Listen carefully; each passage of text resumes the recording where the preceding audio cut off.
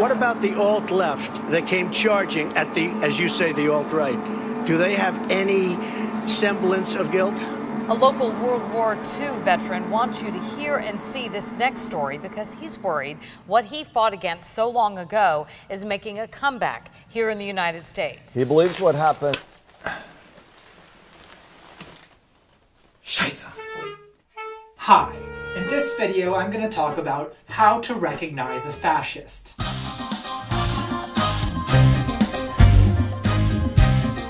To begin, let's take a look at what fascism is. Contemporary fascists share three core beliefs. 1. People of European heritage are or ought to constitute a biological, cultural, and political unity known as the white race, sometimes dog-whistled as Western culture. 2. Jews are masterminding the destruction of the white race through multiculturalism and non-white immigration, a plot that fascists call white genocide or ethnic replacement. 3. The only way to save the white race is to establish a white homeland, or ethno-state, from which non-whites and degenerates must be purged. Now, as I've argued in past videos, all three of these beliefs are false. So what is it that's attracting people to fascism? Well, let's take a look at a contemporary Nazi propaganda video and see if we can figure that out. Who are you? I'm not talking about your name or your occupation. I'm talking about something bigger, something deeper. I'm talking about your connection to a culture, a history, a destiny. Our ancestors had a very strong sense of their identity. They could say, I'm a Roman, I'm a Saxon, I'm a Dane.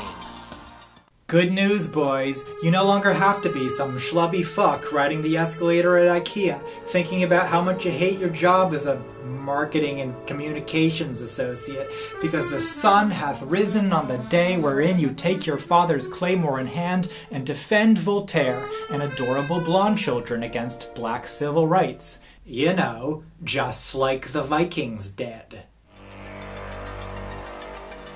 We're often told that being an American, or a Briton or German or any European nationality, is about being dedicated to a collection of abstractions and buzzwords. Democracy, freedom, tolerance, multiculturalism. But a nation based on freedom is just another place to go shopping. So, life is basically sad. And in capitalist society, that sadness is a sense of isolation, an anxiety that there's nothing more to life than acquiring 1990s collector's edition Tampa Bay Buccaneers / Slim Jim beer steins until you die. Fortunately, thanks to fascism, you don't have to. Fascism promises you a part in something greater than yourself, a homeland for your people, a sense of belonging to a tradition that stretches back thousands of years, and as far into the future. Just be sure to be extra proud of the parts of your heritage that involve buying and selling other human beings as property. The most basic way to resist fascism is to recognize its propaganda for what it is. The idea that appreciating European culture is in some way linked to establishing a white ethno-state is just nonsense. Your enjoyment of Beethoven or white babies or whatever it is you get off to is in no way impeded by the proximity of people with different skin colors and traditions. And it certainly does not require nation, culture, and geographic ancestry to all become the same thing.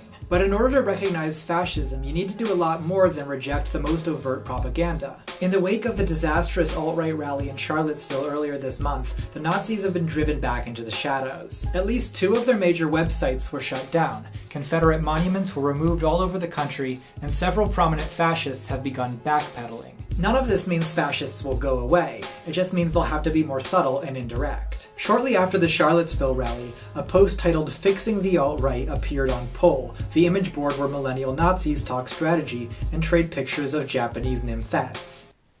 The post outlines some basic fascist strategy. Don't get trapped in an echo chamber where you can no longer relate to normies. Pretending that Charlottesville didn't massively push the average white person away is really stupid. We have a chance to actually make changes now that Trump has shifted the Overton window to the right, but we need to be smart and make the movement appealing to the average white person. And the way to do that is... disavow all Nazi/KKK edgelord LARPers. There is no way to lose public support quicker than going around making Nazi salutes and holding tiki torches while chanting "Jews will not replace us." This instantly makes the average person hate you. Build a populist movement with realistic, incremental, overt goals. Repealing the 1965 Immigration Act and replacing it with something that both limits total immigration and prioritizes white immigration is an actual, tangible political goal.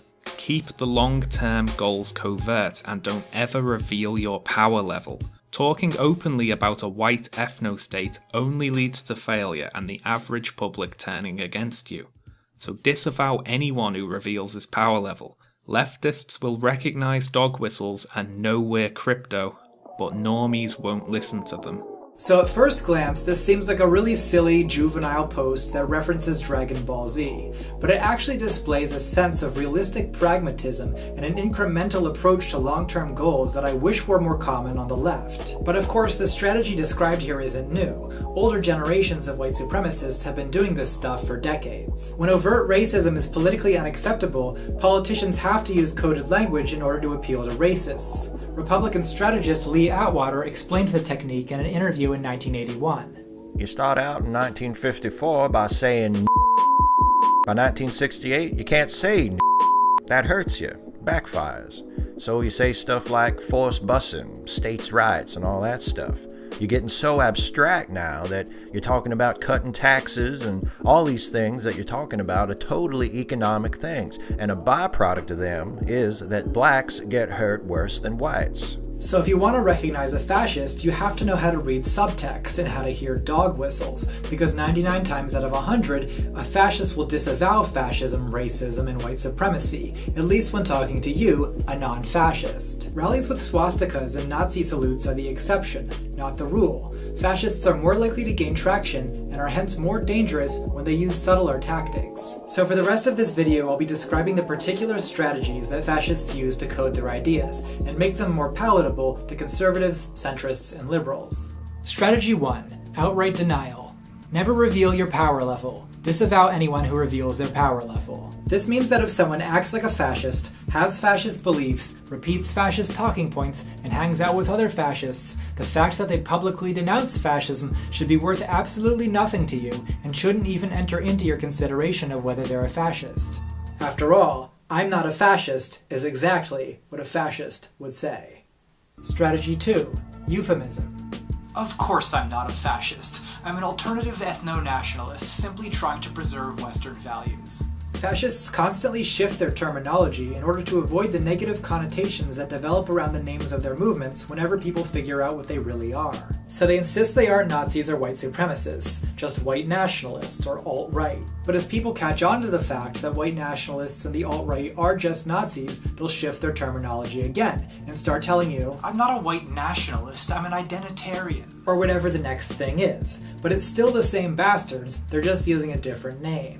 They'll also use euphemisms for core components of their beliefs. If talking about preserving a homeland for white people sounds too fascist, they'll talk about preserving Western civilization or Western culture instead. If the phrase white genocide discredits them, they'll say ethnic replacement instead. And if it's considered hate speech to advocate purging non-white people, they'll talk instead about purging immigrants, criminals, rapists, and terrorists, and leave it to the audience to catch the color coding on their own. Strategy 3. Pedantry. It's absurd to call me a Nazi. The German National Socialist Party hasn't existed since 1945. That's right, and I bet he's an isolationist too, not an expansionist like the Nazis. Fascists use this kind of selective pedantry to dodge derogatory labels, and also to bog you down in a petty terminological dispute. This is a good way to waste your time and divert your attention away from whatever led you to call them a Nazi in the first place. I'm not a white supremacist. I don't think that whites are superior to other races. I simply think we deserve a homeland of our own, as do all peoples. There it is again. And next he's going to tell us that since Asians have the highest IQs, he's if anything an Asian supremacist. And then you'll get sucked into arguing about IQ, instead of talking about the fact that the main goal of the politics he supports is the political and social supremacy of white people over all other Americans and Europeans. In other words, white supremacy. Strategy 4. Secret symbols. Nazis have always taken an interest in occult symbols, like the black sun on Fritz's ring, or like the swastika itself. But more obscure symbols can be useful as a kind of secret handshake that lets Nazis recognize each other without normies taking notice. The best symbols to use for this purpose are ones that are not primarily associated with fascism, or at least have some other meaning, such as the Athala rune or the Iron Cross. Better still are symbols that, until adoption by fascists, are completely innocuous. Modern fascists have taken to using almost arbitrary emoji as a way to wink and nod at each other, notably the frog, after Pepe, the milk, and the OK sign. So it doesn't matter what the symbols are. In fact, it's important that the symbols constantly change so that normies don't catch on. By the time you watch this video, they probably won't even be using the frog anymore. Maybe it'll be this, or this. The only way to find out is to watch fascists carefully and see what symbols they use to identify themselves. And of course, another advantage of using innocuous symbols is that when leftists try to point those symbols out, the fascists can always say, "These gullible SJWs now think that even the OK sign is racist. Is there anything they don't think is racist?" And the gullible centrists will be taken right in. The poor centrists. They're so afraid that Antifa is going to punch them because of their hair or their emoji. And you know, some leftists are assholes or idiots. So I should say, you should never assume someone is a fascist just because of their hair or because of the emoji they use. These are only little pieces of a larger puzzle. But white centrists also need to understand that the way you feel about Antifa at political rallies, oh god, what if they profile me and attack me unfairly, that's how a lot of black people feel about the police all the time. And the fascists whose free speech you defend so often are trying to drum up exactly the sentiments that make the police dangerous to black people, and that make it dangerous for queer people to be themselves in public. So, I hope that's something you think about. Anyway, it's not that the OK sign is inherently racist or that anyone who uses it is racist, and in fact, it's its very innocuousness that makes it useful as a crypto-fascist wink and nudge. But the misunderstanding about calling these little things racist sets the stage for Strategy 5, Camaraderie of the Accused. The left accuses everyone of racism. They think all white people are Nazis. If it's acceptable to attack and censor me, they'll come for you next. Fascists have very effectively exploited the general hostility towards social justice warriors, especially online. Unfortunately, not all leftists have my connoisseur's eye for detecting fascism, and some of them do throw the label at centrists or liberals. This doesn't cause centrists to become allied with fascists, history shows that happens regardless, but it can accelerate the process, lending some plausibility to the fear that moderate centrists have that anti-fascists will come after them next. It's tactically smart for fascists to make the most of this situation, and use it to pump up sympathy and solidarity from centrists. Strategy 6. Irony, jokes, satire, and memes. Of course I wasn't actually being racist. It was just an edgy meme. Can't anyone take a joke anymore, or will the Antifa fascists violently attack you over humor now, too? Here's a uniquely millennial twist on the racist dog whistle. You shroud your sincere ideas in cartoon characters and memes, and then when called out, you mock your accuser for being a clueless normie who isn't in on the joke. Sometimes irony can be a safe way to explore ideas that you're not quite ready to own yet. Before I realized I was transgender, I used to jump at any opportunity to cross-dress ironically. So when you see people joking about being Nazis, they could just be joking, or they could be using irony to partially conceal the truth. It's difficult to tell the difference, and that's the point. But Kekistan is just a satire of identity politics. Well, it's a hilarious satire of civil rights movements that just happens to use a Nazi battle flag. And while it may have been popularized originally by goddamn centrist YouTubers who are unable or unwilling to see how helpful they're being to fascists, Kekistan became the perfect pseudo-ironic pretext for, identitarians, including the ones who led the rally where an edgy shit poster hilariously memed his car into a crowd of people. No wonder the SPLC now describes it as a hate symbol. Those normie fools. It's just a joke. Strategy 7. Shifting blame. Why doesn't the mainstream media cover violent anti-white organizations like Black Lives Matter or Antifa? This is essentially just a tu quoque fallacy, especially heinous because of the equivocation between fascist violence and anti-fascist violence, and between white nationalism and black civil rights. The implication is that activism to reduce urban poverty or violence against black people is just the mirror image of white supremacist ethnic cleansing. Shortly after the Charlottesville incident, our proto-fascist president called out Antifa and the alt-left, a term fascists invented to distract liberals and centrists, and establish the assumption that there must be some leftist equivalent of the alt-right. Because if you have a word for a thing, that thing must exist. Both sides' rhetoric is useful to fascists because it diverts attention away from them, vilifies anti-fascists, wins sympathy from centrists, and helps to shift the center of acceptable discourse in their direction. Strategy 8. Incrementalism. You don't have to support a white ethno-state to want common-sense policies about immigration. Of course I don't support violence against the non-white people already here, but we do have a right to preserve our boundaries in our culture, don't we? The common thread in all fascist strategies is deception and manipulation, often aimed at representing what is essentially an attack on non-white people as a defense of white people and white culture. The fascists' long-term goal is a homogeneous ethno-state, which at some point will require massive ethnic cleansing of one kind or another. But of course they won't tell you about that unless they think you're also a fascist. The strategic fascist knows it's better to start with realistic, achievable goals, and that means focusing first on stopping non-white immigration, something they'll try to get you, the centrist, conservative, or liberal, on board with by emphasizing the danger and criminality of non-white immigrants and refugees. If they can whip up enough racist sentiment with that rhetoric, they can later turn that energy against the non-white people who are already here. Strategy 9. The free speech defense. You may not agree with what I say, but I have just as much a right to speak and assemble as anyone else.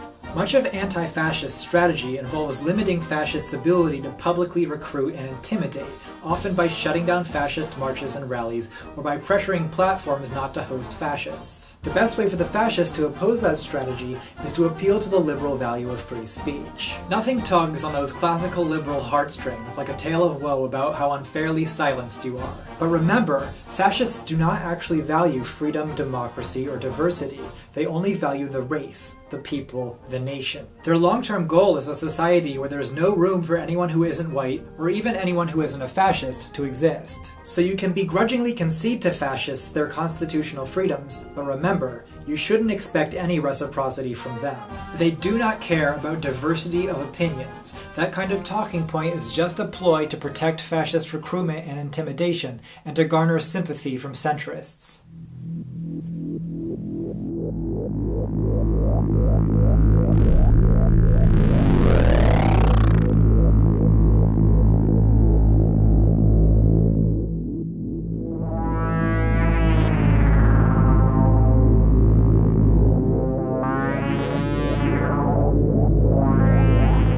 Fascist strategies work because centrists are usually naive about them. They don't notice dog whistles and usually give fascists the benefit of the doubt. Following politics with centrists can be like watching a raunchy comedy movie with children who don't get sexual innuendo. There's a whole hidden layer of meaning that they're not picking up. This makes liberals, centrists, and conservatives who are not savvy to fascist strategy easy to exploit.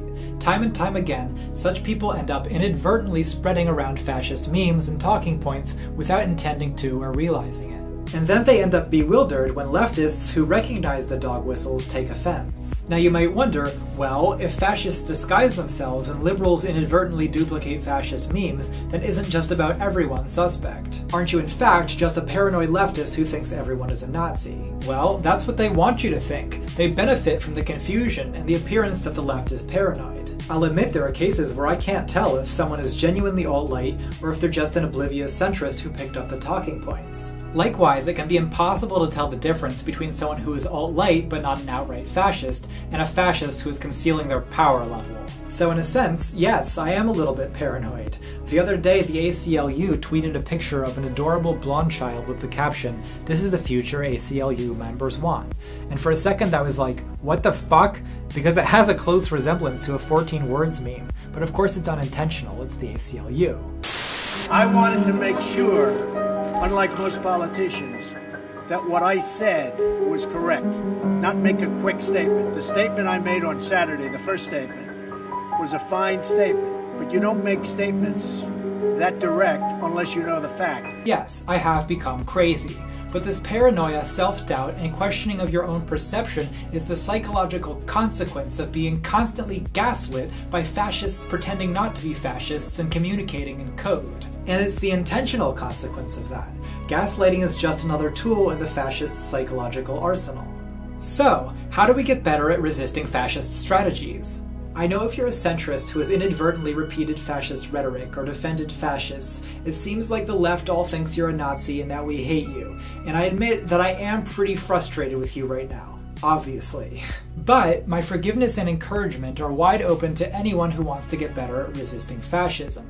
Fascist strategies can be very subtle and very cunning, so don't feel guilty for falling for them, just try to get better at resisting. I guess my message to liberals, centrists, and non-fascist conservatives is this. If you care about even one person of color, or queer person, or immigrant, stand up for that person by opposing the alt-right and its allies. Do not give them a platform. Do not host debates with them on your YouTube channel. Yes, they have a constitutional right to free speech, but they do not have a right to a megaphone, and you should not be giving them one. I know to a lot of you this just seems like the free marketplace of ideas, everyone expressing their ideas peacefully, but to more vulnerable people, some ideas can be existentially dangerous, because if those ideas catch on, their lives are at stake. Now, if you're just an average person without a big platform, then you actually can debate, and you should be debating. Argue with your friends who are getting kind of alt-righty. Argue with your family. Argue with your coworkers. Let them know that you don't agree. Make them listen to a different perspective. And if you're someone who's gotten involved with the alt-right in the last couple years and is now disillusioned to find yourself in the midst of a dangerous hate group, you have to get out now. It's not too late. Society will forgive you. If you don't know how to leave, look up Life After Hate, an organization founded by a former neo-Nazi that helps people get out of hate groups. And as for all you lefties, na zdrovya. Keep up the good fight, comrades.